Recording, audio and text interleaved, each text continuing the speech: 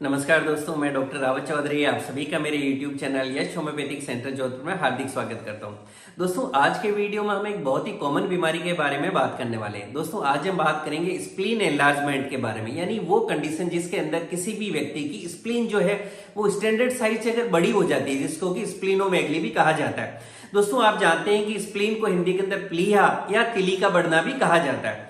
दोस्तों, सबसे पहले हम इसको शॉर्ट में थोड़ा समझने की कोशिश करते हैं बेसिक चीजों को कि आखिर स्प्लीन क्या है, इसका हमारे शरीर के अंदर क्या लोकेशन है, कहां पर होती है, इसकी नॉर्मल साइज क्या है और इसका हमारी बॉडी के अंदर क्या फंक्शन है, यानी हमारी शरीर के अंदर क्या काम करती है, और अगर ये बढ़ जाती है तो उसके क्या लक्षण आएंगे, और लास्ट हम बात करेंगे इसकी होम्योपैथिक मेडिसिन के बारे में।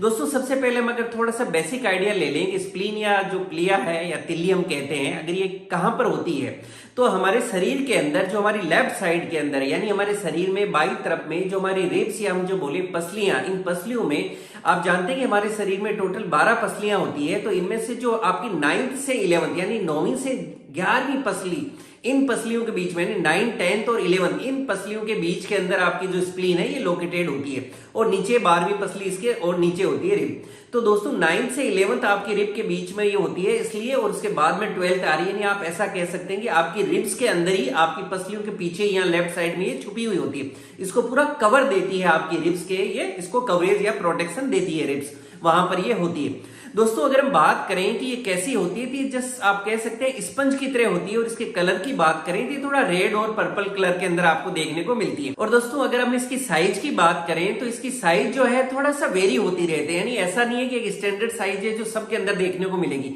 इसकी साइज भी दोस्तों वेरी करती है कि अगर कोई फीमेल है यानी महिला है तो उसके बजाय जो पुरुष है उनके अंदर स्प्लीन थोड़ा सा बड़ी होती है।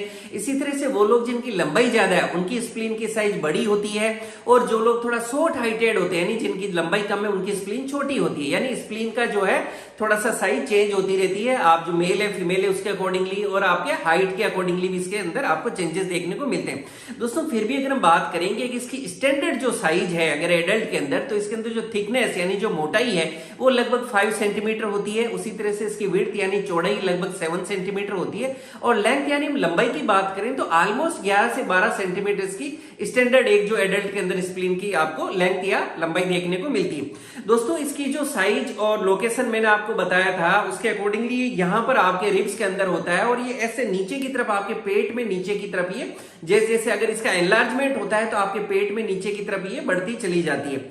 और दोस्तों, इसके अगर हम वेट की बात करें कि इसका वेट लगभग कितना होता है, तो ऑलमोस्ट इसका वेट जो है 150 से 200 यानी 150 से 200 ग्राम के बीच इसका एवरेज वेट होता है। दोस्तों, ये हमने इसके बारे में थोड़ा बेसिक आइडिया लिया। अब हम बात करेंगे हमारी बॉडी के अंदर इसके क्या फंक्शन होते हैं या क्या काम होते हैं जो कि बॉडी के अंदर स्प्लीन करती है। दोस्तों, सबसे पहला जो इंपॉर्टेंट फंक्शन है वो समझने की बात है कि हमारा स्प्लीन जो है हमारे बॉडी के अंदर लिम्फेटिक सिस्टम और इम्यून सिस्टम का आप कह सकते हैं कि इंपॉर्टेंट पार्ट है।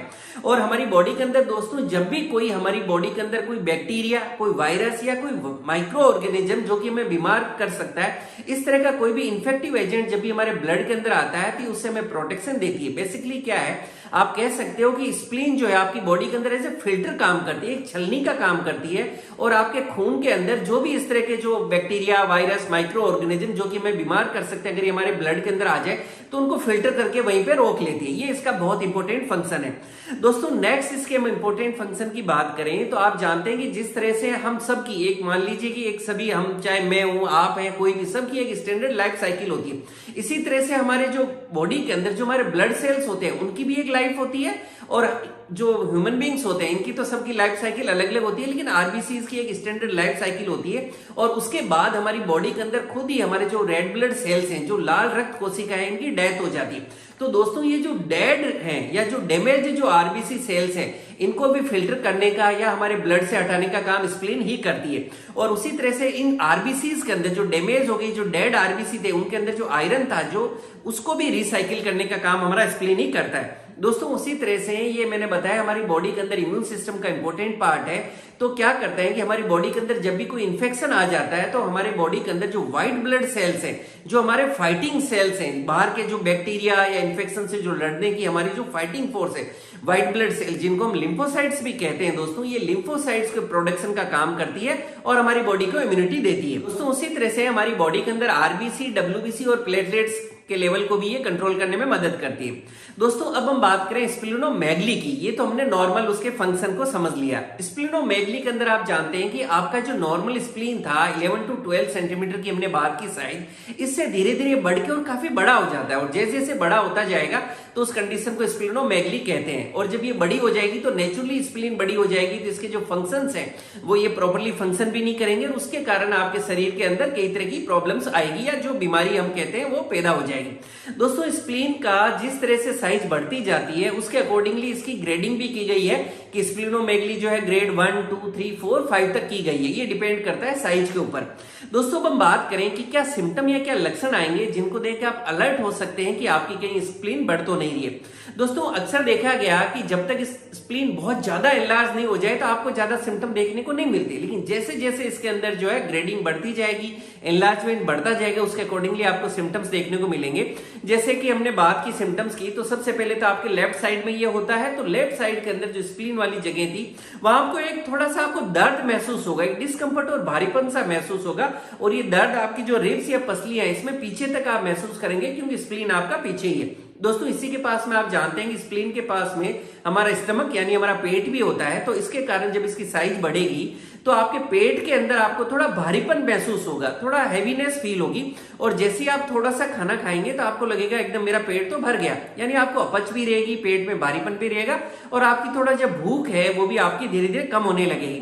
दोस्तों इसके साथ में आपको एनीमिया महसूस हो सकता है, यानी आपको जो है आपका जो खून है, जो रूटीन में हम कहते हैं हेमोग्लोबिन, या कहते हैं कि खून की कमी होगी, इस तरह के सिम्टम्स भी आपको देखने को मिल सकते हैं।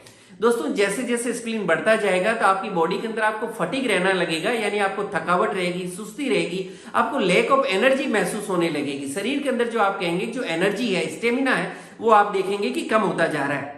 दोस्तों स्प्लीन एनलार्जमेंट के कारण आपकी बॉडी के अंदर ब्लीडिंग की टेंडेंसी भी बढ़ सकती है, यानी आपके शरीर के अंदर कहीं भी ब्लीडिंग जो है उसके चांसेस बढ़ जाते हैं, और कई बार आपको स्किन के अंदर भी इंटरनल आपको ब्लीडिंग देखने को मिल सकती है।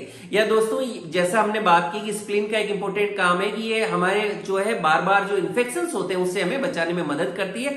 तो अगर स्प्लीन बड़ा हो जाएगा, एनलार्जमेंट हो जाएगा, तो उसके कारण ये भी देखने को मिलेगा कि आप बार बार बीमार होने लगेंगे, आपकी बॉडी के अंदर इन्फेक्शन की टेंडेंसी बढ़ जाएगी।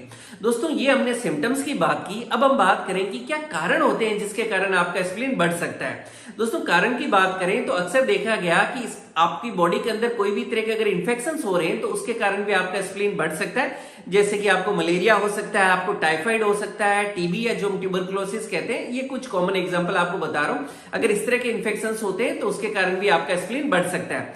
दोस्तों वो लोग जो कोई तरह का नशा करते हैं, पर्टिकुलरली देखा गया कि अल्कोहल जो लोग काफी ज्यादा लेते हैं, या वो लोग जो कोई तरह का अफीम वगैरह का भी सेवन करते हैं, तो उन लोगों के अंदर भी स्प्लीन एनलार्जमेंट के काफी ज्यादा केसेस देखने को मिलते हैं। दोस्तों वो लोग जिनको कोई लीवर से रिलेटेड कोई तरह की बीमारी है, जैसे लीवर सिरोसिस हो गया, तो या फैटी लीवर के जो है काफी ज्यादा हो गया, तो ऐसे केसेस जहां पर कि आपको लीवर से रिलेटेड कोई तरह की बीमारी है तो वहां भी आपको स्प्लीन एनलार्जमेंट देखने को मिल सकता है। दोस्तों वो लोग जिनको कि ब्लड से रिलेटेड कोई तरह की बीमारी है, जैसे कि ब्लड कैंसर हो गया, ल्यूकेमिया हो गया, इसी तरह से सिकल सेल जो डिजीज होती है उसके अंदर हो सकता है, थैलेसीमिया के अंदर आपको देखने को मिल सकता है, आईटीपी के अंदर आपको देखने को मिल सकता है। तो इस तरह की कोई बीमारी जिसके अंदर आपके ब्लड से रिलेटेड कोई तरह का डिसऑर्गेनाइजेशन हो गया, तो उसके अंदर भी स्प्लीन एनलार्जमेंट हो सकता है। दोस्तों कुछ दूसरी बीमारियों के अंदर भी ये देखने को मिल सकता है, जैसे कि ल्यूपस, रोमेटोइड आर्थराइटिस या एचआईवी, और भी कुछ दूसरी डिजीज होती है जिसके अंदर की आपको ऐसी स्प्लीन एनलार्जमेंट के केसेस देखने को मिल सकते हैं। दोस्तों अब हम बात करें कि अगर आपको स्प्लीन एनलार्ज हो गया है, कारण भी है, जब आप अपने डॉक्टर के पास जाते हैं तो वो क्या टेस्ट करवाते हैं। दोस्तों सबसे पहले आपका फिजिकल एग्जामिनेशन किया जाता है, और आप देखते हैं कि जब स्प्लीन एनलार्जमेंट का डाउट होता है तो आपके डॉक्टर आपको लिटाते हैं, पैर फोल्ड करने के लिए बोलते हैं, और फिर आपके पेट को पेलपेट करते हैं, पेट को पूरा टच करते हैं, रिब्स के नीचे तक टच करते हैं, और जैसे जैसे अगर स्प्लीन एनलार्ज होगी, काफी बढ़ गई, तो ये बढ़ के धीरे धीरे आपके पेट में नीचे आपके नाभि के आसपास तक भी कई बार बढ़ के आ सकती है। यानी आपके पेट को प्रेस करके और आपके डॉक्टर देखते हैं कि स्प्लीन कितना बढ़ गई है, उसके अकॉर्डिंगली आपके जो है टेस्ट भी प्लान किए जा सकते हैं। दोस्तों आपको इसके अंदर रूटीन के अंदर सीबीसी जो हम कहते हैं कि आपका जो ब्लड टेस्ट होता है, कंप्लीट ब्लड काउंट, वो करवाया जा सकता है। उसी तरह से आपका एलएफटी जो लीवर फंक्शन टेस्ट है वो करवाया जा सकता है। आपका अल्ट्रासाउंड यानी सोनोग्राफी करवाया जाता है, जिसके अंदर एग्जैक्टली पता चल जाता है कि आपके स्प्लीन के अंदर कितना एनलार्जमेंट हो गया।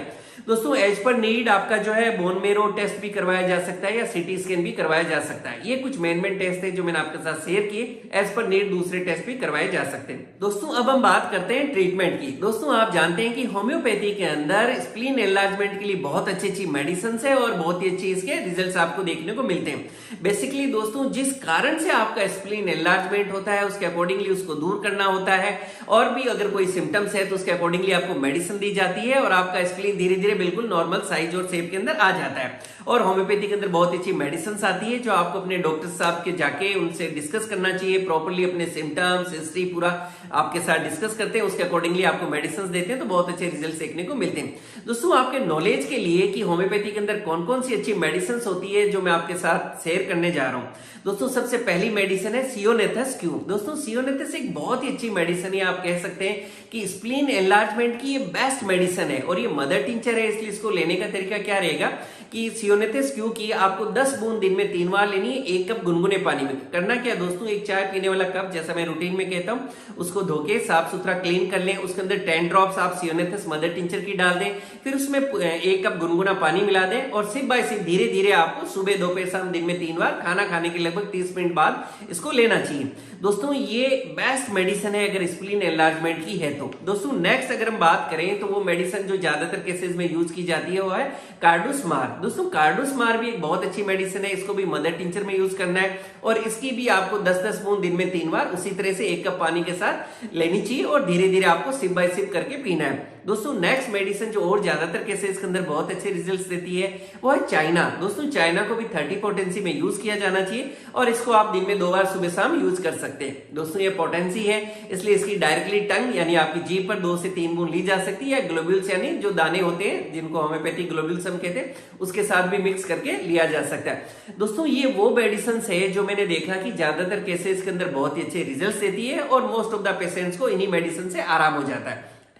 लेकिन यह समझने वाली बात यह है दोस्तों कि स्प्लीन एनलार्जमेंट के अंदर थोड़ा ट्रीटमेंट लंबा चलता है, इसलिए आपको पेशेंस और कंटिन्यूटी रखने की जरूरत है और आपको डाइट के लिए भी अगर कोई तरह के गाइडेंस दिए हुए हैं तो उसको आपको फॉलो करना होता है। और भी कुछ मेडिसिन होती है जो एज पर नीड साइन सिम्टम्स और हिस्ट्री आपके डॉक्टर आपको डिसाइड कर सकते हैं। बस जरूरत है कि अपने डॉक्टर साहब से प्रॉपर डिस्कस करें और उनके गाइडेंस में प्रॉपर ट्रीटमेंट लें।